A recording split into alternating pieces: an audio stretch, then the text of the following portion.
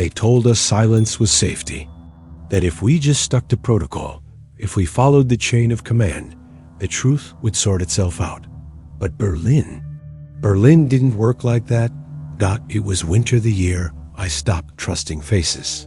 The year I learned that what's on film can be more dangerous than any gun.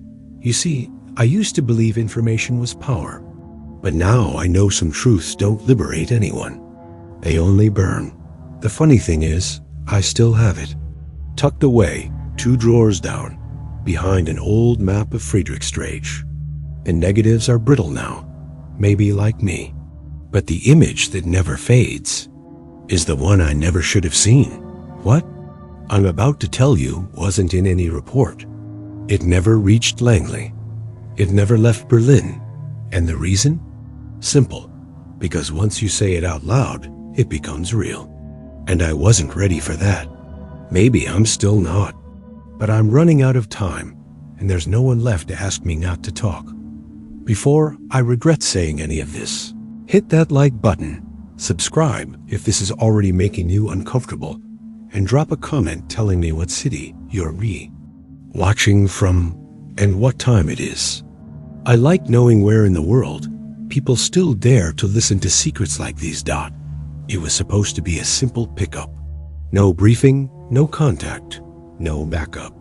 Just coordinates scrawled on a napkin and a time. 3:11 a.m. I remember that number clearly, not because it meant anything, but because the cold in Charlottenburg at that hour made every second feel like its own war. I walked past the bus stop twice to make sure I wasn't being followed. Nothing. Only the rustle of frozen leaves and the occasional growl of a tram. In the distance, the phone booth was older than most yellowed glass, cracked frame, the kind of thing Berliners stopped noticing. Inside, tucked behind the receiver, was a brown leather camera case.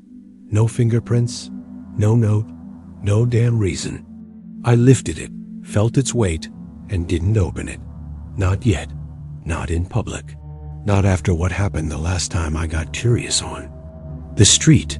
You wouldn't believe me if I told you what was in that briefcase back in '61.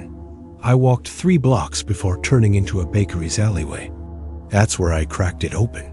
Just a camera, Raleigh, the kind tourists used. But the back was loose tampered with. Inside, a single roll of 35mm film, already exposed. No label, no markings. Just that oily smell of something rushed. Urgent. At first, I thought it might be a decoy. We got those a lot. False leads to keep the real drops clean. But then I saw the tiny smudge on the plastic spool, almost invisible. A fingerprint, maybe. Or a streak of dried blood. Hard to say in that light. I sealed it back and kept walking. That's the moment I should have turned it in. I know that now. Instead, I went home. Home was a rented room above a shoemaker's shop, single bulb. No hot water, radio static most of the day. I locked the door behind me and laid the camera on the desk like it was sleeping. It stared back. Somehow, old cameras do that, like they know what they've seen. I poured myself something dark and bitter, Berlin coffee, mostly chicory, barely drinkable, but it kept the tremor out of my fingers. I didn't sleep that night, just sat there, staring at the damn camera. Something didn't fit. No one had called it in. No follow-up note. No extraction protocol. If this was a real delivery, it was sloppy as hell. And sloppy wasn't our style. Not in '62. Not after the tunnels collapsed and the embassy leaked. Around 5 a.m. I heard movement downstairs. Someone fumbling with a key. The shop shouldn't have opened until 6. I grabbed my pistol and pressed myself against the hallway wall. A shadow moved across the frosted glass. Then silence. Just long enough to make you wonder if you imagined it. 10 minutes later, I heard footsteps retreating. No knock, no voice. Just presence and absence. Like they came to make sure I had the package. or maybe to see if I was still alive. Morning, I wrapped the film in wax paper and slid it into a hollowed-out Bible I kept for situations like this. King James, 1848 edition. No one ever opened it. Hell, I hadn't read it in years. But something about hiding evidence inside Scripture felt fitting. Or maybe I was just trying to protect the truth with a lie. I called no one, wrote nothing, just waited. I thought maybe it was over, just a dead drop gone wrong. But that's the thing about Berlin. Nothing's ever just one thing. And this roll of film, it wasn't waiting to be found. It was left to be seen. And that's when I knew something wasn't right. But the worst was yet to come. I unwrapped the film like it was a wound. My fingers worked slow, careful. Not because I was afraid of damaging it, though I should have been, but because something about it felt old, not aged, exactly. Not dusty, but known. Like I'd handled this roll before, in another life. The plastic spool was matte gray, standard issue for field cameras. But the edge had a tear, right where we used to place the asset seal. That thin strip of red wax we only applied to sensitive drops Langley level sensitive. Except this wax wasn't red anymore. It had turned dark, almost black, cracked down the middle. And I swear, I smelled faintly of gun oil. There was a marking on the inside rim, barely visible under the right angle of light. 3 numbers, handwritten, 847. That was a catalog code. And I knew it. Not from Berlin. From Virginia.847. Was the archive label for a surveillance op in Budapest, March of '59. An operation that was shut down after 2 agents disappeared and the only surviving handler took early retirement. With a bullet in his left shoulder and a suitcase full of regrets. That file was sealed. Destroyed, they said. I believed them. So why was the roll sitting in my hands? I pulled out my old field logbooks, started cross-referencing the codes. My hands were shaking now, but not from fear. From recognition. I knew those numbers. I'd seen them before, stamped across an internal memo marked, "Return to Station Chief only." I wasn't supposed to keep a copy, but I did. 1 page, just one.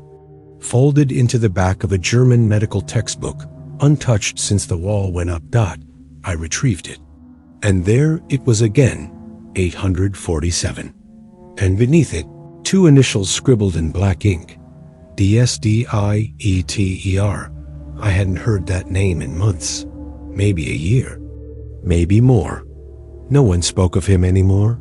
He'd vanished, defected, or been erased, depending on who you asked. The thing is, Dieter was never ours to begin with. He walked through doors on both sides, like they were all part of the same house. He played the Americans, the Soviets, and sometimes even the Brits. And he did it with charm. Too much charm. I remember once, he handed me a cigarette, unlit, and said, "You Americans always look for the flame. You never check the paper." It meant nothing at the time. Now it felt like a damn prophecy. I kept turning the spool in my hand. There was more. On the inner tape, almost invisible, a pressed stamp. Langley 1959, fragile, code green. That classification was reserved for field footage too sensitive for duplication. Only 1 copy allowed. And that copy had to be destroyed if intercepted. Except at WASN single quotes T. Someone had kept it. Transported it. Delivered it. And now it was in my room, wrapped in Bible paper, waiting to be developed. I remember sitting back in the chair and just staring, not thinking, not deciding, just breathing. Like maybe if I sat still long enough, time would rewind. And none of this would be happening. But Berlin never gave you that mercy. The city didn't care about your second thoughts. That night, I checked the street from my window. A car parked across the alley. Same one from 3 days ago. No plates, just a single man inside. Not reading, not smoking, just their watching. And still, I didn't report it. I didn't burn it. I didn't even call it in. Because deep down, something told me this wasn't about intelligence anymore. This was about memory. And the film wasn't just evidence. It was a test of who still remembered what. We called him Dieter because it was easier that way. The German. Name suited his face-high cheekbones, eyes that never blinked too long, and that thin-lipped smile you couldn't quite trust. But he wasn't German. Not really. His accent shifted when he drank. I caught traces of Marseille once, then Geneva, and once, God help me, Virginia. He had at least 5 passports. Swiss, British, Hungarian, American, and one that bore no country, just numbers. No one ever confirmed which agency he belonged to, and no one pushed too hard to find out. You didn't dig into Dieter unless you wanted to disappear with him. The first time I met him, he arrived late to a debrief in Schneeberg, walked in wearing a charcoal suit and muddy boots, lit a cigarette, coughed once and said, "You all look like you've already lost." Then he handed over a cassette labeled for them, not US, and walked back out. He was like that. Arrogant, magnetic, terrifying. The kind of man who knew where every wire was hidden, because he planted half of them himself. I once followed him through 3 checkpoints in the British sector. He didn't flash a badge. He didn't need to. A guard stepped aside like he was one of theirs. Maybe he was. Or maybe they just didn't want to know what he was carrying that day. He told me once in a back room near Tepelov, truth doesn't belong to countries. It belongs to survivors. At the time, I thought he was being poetic. Now I think it was a warning. I started noticing something strange about the missions he touched. Reports disappeared. Debrief tapes got misfiled. Dead drops never arrived. And still, his name showed up again and again in field logs, sometimes as Dieter R., sometimes Jean-Paul M., sometimes just X. One day, I found a file stamped with both CIA and GRU markings. It wasn't supposed to exist. It had photographs fuzzy, rushed of a man exchanging folders with a French diplomat in Bern. The man was Dieter. Except in the caption, he was listed as S. Morgan, U.S. State Department. That broke something in me. You spend your whole life trying to tell who's on your side. You wear the right tie, salute the right flag, burn the wrong books. And then you see a guy like Dieter sliding between worlds like the walls never mattered. And you start to wonder if the whole damn game was rigged from the start. I stopped asking questions, but I kept the file. The last time I saw him, before the film, he passed me on the U-Bahn platform at Nolander Flats. Didn't say a word, just slipped a postcard into my coat pocket. It was blank, except for a single line on the back. Your mirror has a crack. I still don't know what he meant.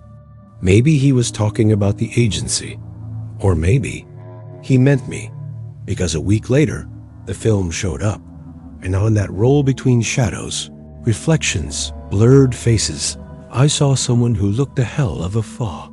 Lot like Dieter, smiling into the camera, like he knew I'd be watching. There's a reason we built that darkroom under Sudstern Station. Hidden behind a steel grate, accessible only through a supply shaft most janitors didn't even know existed. It smelled like damp concrete and old chemistry textbooks. The kind of place you could spend hours in and come out looking paler than when you went in. We called it the womb. No light, no noise, no questions. I brought the film in a flask.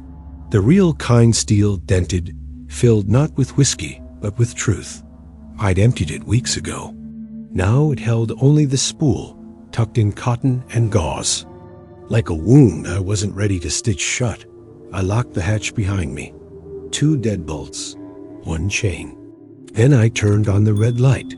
The chemicals were still good, developer, stop bath, fixer. We kept them fresh even when no one came down here for months. Just in case. I worked methodically. Gloves, timer, no margin for improvisation. Not with this dot. As the film began to take form in the tray, image by image, I felt something I hadn't felt in years. Dread, not fear. Not yet. Dread. The first frame was nothing. A street lamp, tilted, broken. The second, a hallway, fluorescent lights. A man walking toward the camera, blurred by motion. Looked like any corridor in any consulate. Until I saw the patch on the shoulder. Not Soviet, not NATO, just a white triangle. And I'd seen that patch before in a document I was ordered to forget. I paused. My hand hovered over the tray. A drop of sweat hit the edge of the paper. The third frame hit harder. 4 men, seated at a metal table. No expressions. 2 of them wore Stasi uniforms. The other 2 civilian suits. Western cut. 1 wore a tie I recognized. Agency issue from the Frankfurt station. The background looked like a factory, brick walls, rusted fixtures, broken machinery. I knew that place. We'd raided it in 6-1. It was supposed to be abandoned. I leaned closer. One of the men was smoking. The ash curled toward the lens. And behind them, almost hidden in shadow, was a 5th figure. Watching. Unmoving. Wearing gloves in a room where no one else did. I processed the rest in silence. No music, no thoughts. Just the sound of liquid swirling and the distant hum of the trains above me. Each image pulled me deeper. This wasn't surveillance footage. This was staging. Framed. Composed. Someone wanted this scene, and someone wanted me to see it. By the time I finished the roll, my hands were shaking. I wiped them on my coat and reached for the Glock I'd brought. Safety off. No one knew I was here, not officially. That had been intentional. I turned off the red light, let the negatives dry. Then I sat. Just sat. In the dark, thinking about how many times we were told information is compartmentalized. Need to know basis only. Trust the file, not the feeling. But this wasn't intel. This was memory. Captured. Developed. WEAPONIZED. And when I closed my eyes, I didn't see faces. I saw mine, holding the camera. There are some things you expect to see in Berlin. Concrete, betrayal, lovers pretending not to be afraid. But this I didn't expect. The first photograph in the next sequence was crooked, like whoever took it didn't have time to line the shot. A metal table, 5 chairs, 1 man standing. He wore the black leather trench coat we'd come to associate with the Stasi. You'd think they'd try to blend in better, but no, they wore their darkness like a uniform. 2 others flanked him, officers, from Dresden maybe. Their eyes said, "We've seen worse." But the 2 on the opposite side of the table, those faces stopped me cold. Jean Morel, French intelligence. Last I heard, he'd been reassigned to Lisbon. And beside him, Peter Grange, MI6 liaison, London desk. We used to drink together once a month at Café Einstein. Talk about politics. Like they were solvable. They were sitting there, with them. Not watching, not arresting. Just talking. I checked the next frame. Same room. Slight shift in angle. Cigarette smoke fogged the corners. Someone had set a briefcase on the table. The kind we used for secure courier transfers. Not East German. Ours. I turned on the desk lamp and leaned in. The badge clipped to the briefcase handle had a small embossed seal. U.S. Embassy, Berlin. What the hell was our equipment doing there? It was supposed to be a meeting between enemies. but their body language said otherwise. Shoulders relaxed, arms uncrossed, like old colleagues catching up, or co-conspirators dividing spoils. That's when I noticed the man in the background, blurred, almost out of frame, holding a clipboard. No uniform, just a nondescript beige coat. He wasn't important in the image, not at first, but I saw the outline of a pistol at his side, the kind issued only in two places, Langley and Moscow. Someone once told me, in Berlin, loyalty is a language no one speaks fluently. I didn't understand it then. I do now. The next few images confirmed it wasn't a one-time meeting. Same factory, different days, different combinations. Americans, Soviets, British, East Germans all rotating chairs like they were playing musical betrayal. And the photographs weren't rushed. They were composed. Deliberate. Whoever took them wanted to document this, not for blackmail, not for leverage, for record, for proof. I tried to tell myself maybe it was a sting, an infiltration op, but I knew better. I'd been on enough of those to recognize the tension, the rehearsed chaos. This was too comfortable, too familiar. They weren't watching each other. They were working together. And what chilled me most was the look on their faces. They looked tired, not scared, not triumphant. Just tired. Like men who'd made peace with a deal they couldn't unmake. I looked at that last image for a long time. There was an empty chair in the corner, facing the camera. Waiting. There's single quotes as a kind of silence that only comes after watching someone die. Not the kind you hear in the movies. Not dramatic, not final, just empty. Like the room forgets it ever had sound. That's the silence I heard when the sixth strip of negatives came to life in my hands. It began with a man on his knees, back to the camera, hands tied. No blindfold. The angle was precise, not candid, framed, like evidence or a message. I recognized the room immediately. Disused boiler chamber beneath the Friedrichshain district power station. We'd used it once for an extraction dry run. Leaky pipes, soot-covered walls, flickering bulbs. It was condemned 2 years before this image was taken. So what the hell were they doing there? Next frame, 2 men standing behind the prisoner. One wore a Soviet field coat. The other, I knew, white hair, thick forearms. Military posture.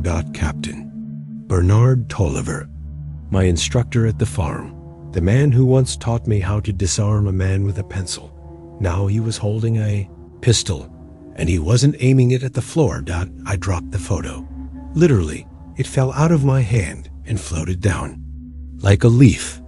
I didn't pick it up for 10 minutes. When I finally looked again, the next frame had changed everything. Muzzle flash. The moment of death, caught mid-action, crisp, lit by the flare of the shot. The man behind the trigger was definitely Tolliver. And the man on his knees? I couldn't see his face, but the outline of his jacket looked familiar. Too familiar. Dark wool, frayed collar, a rip on the right elbow. I remembered patching myself. In Zurich, 58. His name was Marcus Kell. Asset handler. American. Went dark in early 61. Official report. Presumed captured. No confirmation. No body. Until now. This was no battlefield execution. No wartime chaos. It was clean. Controlled. Sanctioned. But by whom? The last image in the sequence was a clipboard. Left. Behind on a crate. A single page visible. Typed. German headings. English content. One line underlined in red. Zeal erreicht. Keine weitere Kommunikation erforderlich. Objective completed. No further communication necessary. Signed beneath that was a marked not. A name. Just 3 intersecting lines. like a triangle broken down the middle. I'd seen it once before, on a file left behind by Dieter, labeled Asset Collapse Protocol. I wanted to scream. Instead, I laughed. A dry, bitter thing that echoed off the concrete dot, so that's what we were now. Disposables? Targets? Ghosts sent to kill other ghosts? I thought about Tolliver. About the way he used to slap the back of my head when I got sloppy with translations. About how he once told me, "In this line of work, mercy gets you killed." Maybe he wasn't wrong. But that night, I slept with a chair against the door, because for the first time in my career, I didn't know whose list I was on. I always hated the embassy, not because of the marble floors or the smell of fresh ink and stale coffee, not even the fact that you had to sign in just to use the damn bathroom. No, I hated it because it was the one place in Berlin where everyone pretended nothing was happening, like the Cold War didn't exist inside those walls, which is why the next photo hit like a bullet to the gut. Two men, mid-conversation, suits. One wore a lapel pin with the American eagle, the other no ID, but a familiar silhouette. Shoulders hunched, hand tucked into his coat like he was hiding something, or guarding it. They stood under the arch of the north hallway just outside the diplomatic mailroom. The timestamp, printed faintly in the corner, said 2:44 a.m. The embassy closed at midnight. In the next frame, the man with the coat reached down and placed a black leather case on the floor. Not just any case. The same model we used for priority transfers. I stared at it. The side latch was marked with 2 red stripes, standard for compromised channels, which meant one thing. Whoever authorized that exchange knew the system was dirty and let it happen anyway.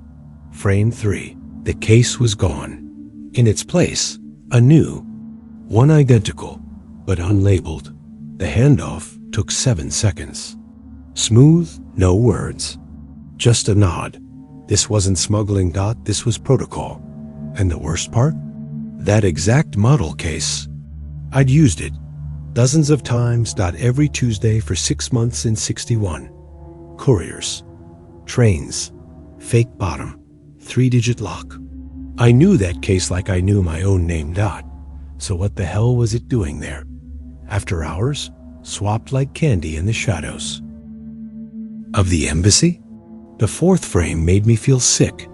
There, partially visible in the background, was a man sitting at a desk, eyes on the exchange, no expression, wearing my jacket, same stitch pattern, same coffee stain on the left cuff, same tear near the shoulder from the night someone tossed a Molotov into our safe house in Moabit. But it couldn't be me, because I wasn't there. At least, I don't remember being there. Do you know what that kind of doubt does to a man? You rewind your memories. You test the gaps.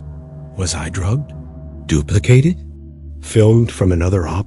Constitched in? Or worse, had I been part of it all along and just didn't see it? I poured another drink. Something stronger this time. The burn felt good, real. I turned the final image over. On the back, written in pencil, was a single word: rehearsal.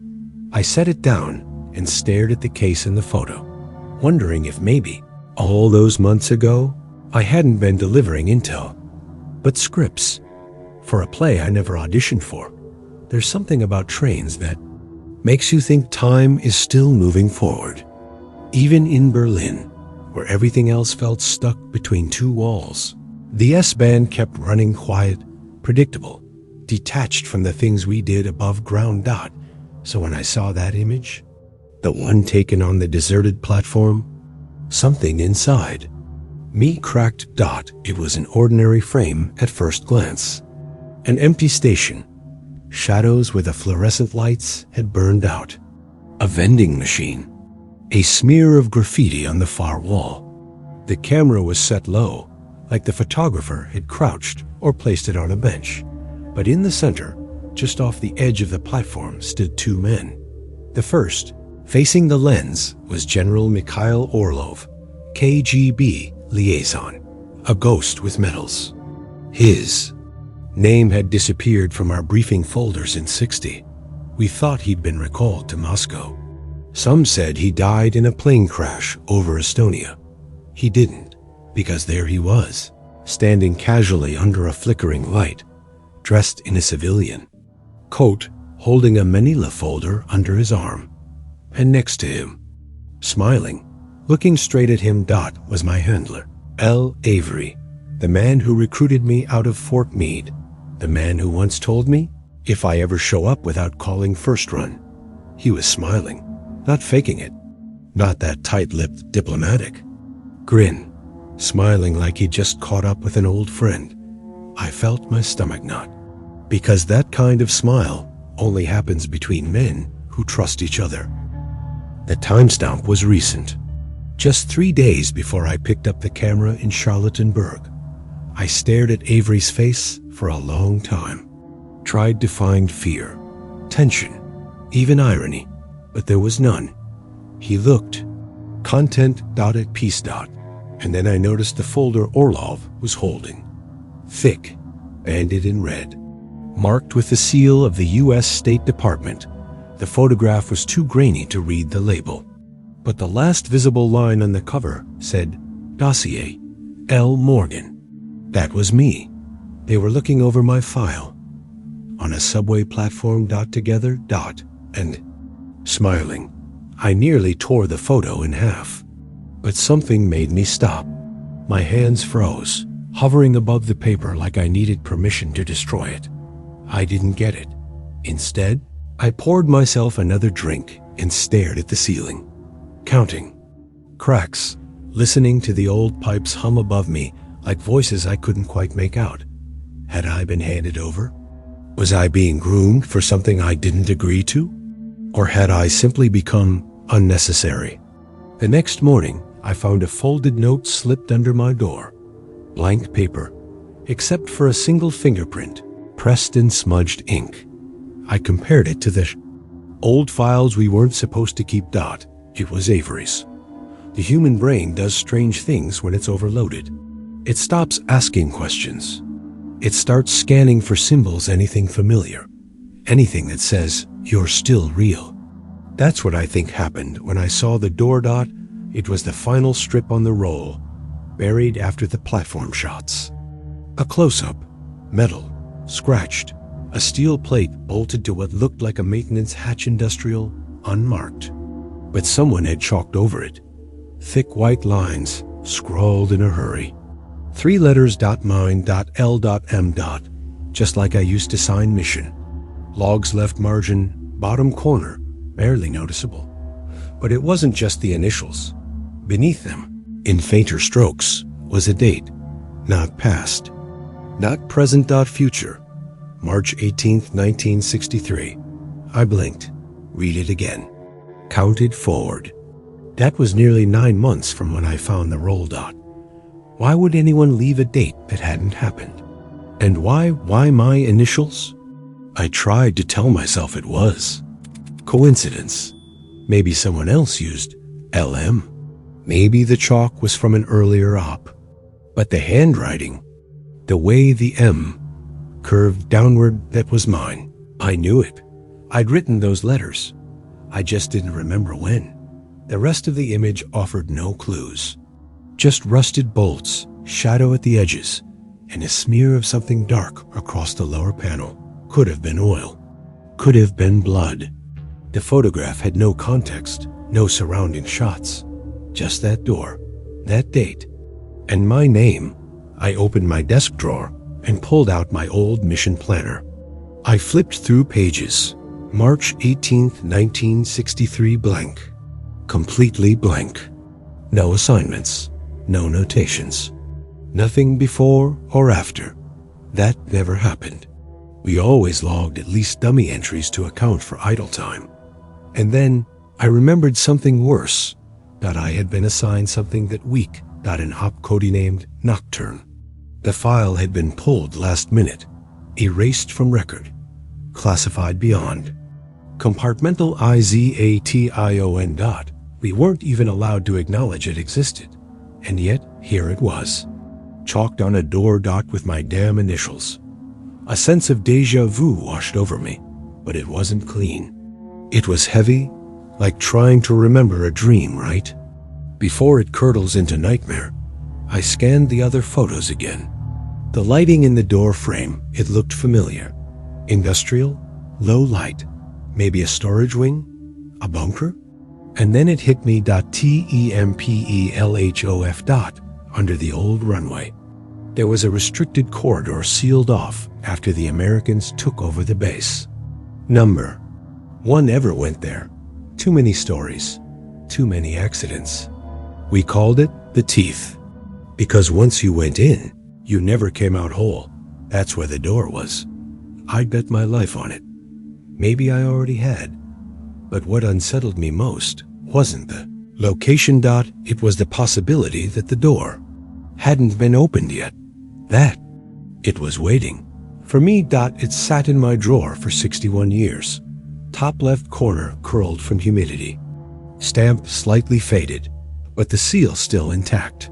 Wax, pressed with a Langley crest we weren't supposed to use after 60, red, fragile, like the truth it carried. Inside, 12 pages, typed on a Smith Corona. I kept hidden behind a false panel in the wall. The kind they issued when we were still pretending this war had rules. I wrote the report the same night I finished developing the photos. Poured everything into it, dates, names, observations, my own analysis. What I thought, it meant. What I feared it implied, I didn't hold back. Wrote it like I didn't care who read it dot, and then I sealed it. I addressed it to Station Chief R. Bowman, Frankfurt. I placed it inside a larger envelope marked internal transfer only dot, and then I placed it in the bottom drawer of my desk, beneath an old revolver I hadn't fired in years. And I left it there dot every morning. For months, I'd open that drawer dot, stare at it dot, pick it up, feel its weight dot, and then close it again dot. Why? Because by then, I wasn't sure who would read it, or worse, who already had. There were days I convinced myself the report had been sent, that I'd handed it off during a blackout, or left it in a Dropbox I no longer remembered. False memories have a way of sneaking in when the truth becomes unbearable. I even dreamed about it once. I saw Bowman open the envelope. He read it, looked up at me across a long wooden table, and he smiled. That same smile Avery had in the subway photo. The one that says we always knew. When I woke, my pillow was soaked in sweat. The envelope sat untouched, still sealed, still waiting. A few years later, when they reassigned me stateside, I packed up the flat, took the envelope with me, moved it from drawer to drawer, city to city. Each time, thinking maybe this would be the year I sent it dot, it never was. I came close once dot in '88, after the wall started to crack and people were talking about reunification. I even addressed a new label, typed a brief note, for the record, in case the records don't survive. But I couldn't bring myself to break the wax, because deep down, I think I knew the moment I sent it, I'd be removed, not fired dot, not silenced dot, just deleted, folded back into the system that had already decided which parts of history were worth keeping dot. So I kept it, a relic, a time capsule, a confession nobody asked for, and maybe that's all it ever needed to be. But lately, I've been thinking about the date, chalked on that door dot, and wondering if keeping it sealed was my final mistake dot. It was the middle of the night when the phone rang. Just once, a single chime. Not long enough to be answered. Just enough dot. Sat up in bed, disoriented. The kind of half-awake where reality hangs in pieces. My eyes searched the dark for something familiar, something grounding. The phone glowed faintly on the desk. Beige rotary, government issued, disconnected since '85. I stared at it. That phone had no line. I'd cut it myself, removed the cord, taped the end, left it as decoration. A memory of when voices could still be traced. So why the hell had it? Just row? I crossed the room slowly. My feet didn't make a sound.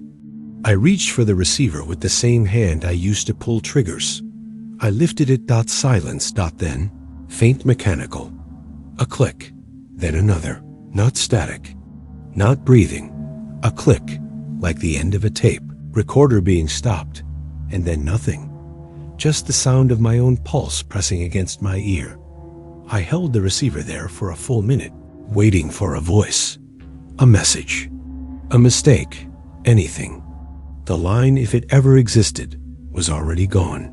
I replaced the receiver gently, didn't say a word, didn't curse, didn't move, just stood there, staring at the thing that had no business ringing.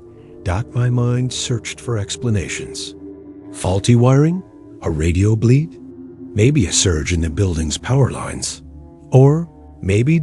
maybe someone wanted me to know they could still reach me ... even here, even now. The next morning, I checked the tape recorder under my desk. The one I kept running out of habit, not hope. It hadn't recorded anything, but the reel had moved. 30 seconds forward. That night, I heard footsteps in the stairwell. Slow, deliberate.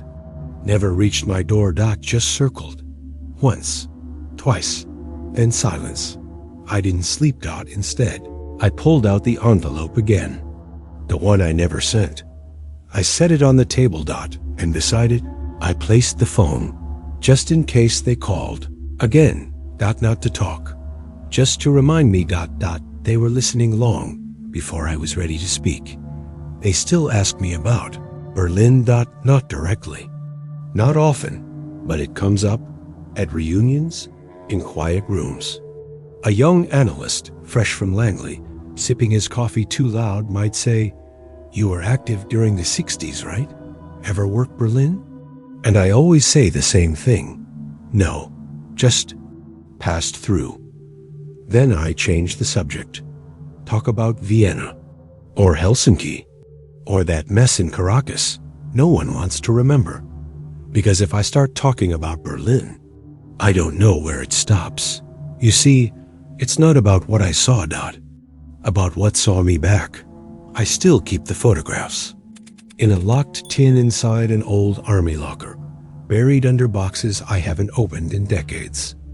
I tell myself they're just images, shadows, light on paper, nothing more. But then I hear the click again. Not the phone, the camera. That shutter sound from the film strip, the one that caught Avery smiling, the one that framed Dieter like a director calling action, the one that lingered too long on that door with my initials.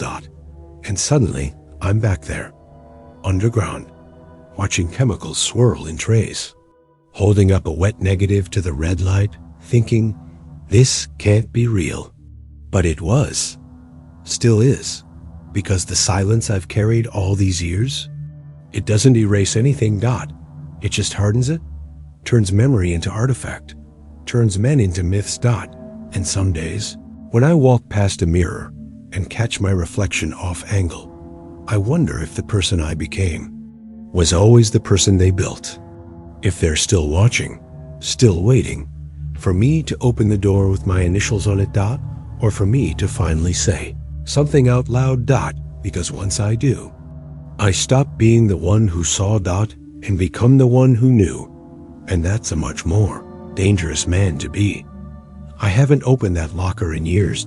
It sits at the back of my garage, beneath rusted tools and old boots that don't fit anymore. The tin is still there, sealed, dust thick as snow. Sometimes I imagine it humming, not loud, just a live. Like something inside remembers being seen. And maybe that's all it takes. One image, one spool of film someone forgot to destroy, or chose not to. And when I lie awake at night, because sleep is a courtesy I gave up long ago, I hear footsteps.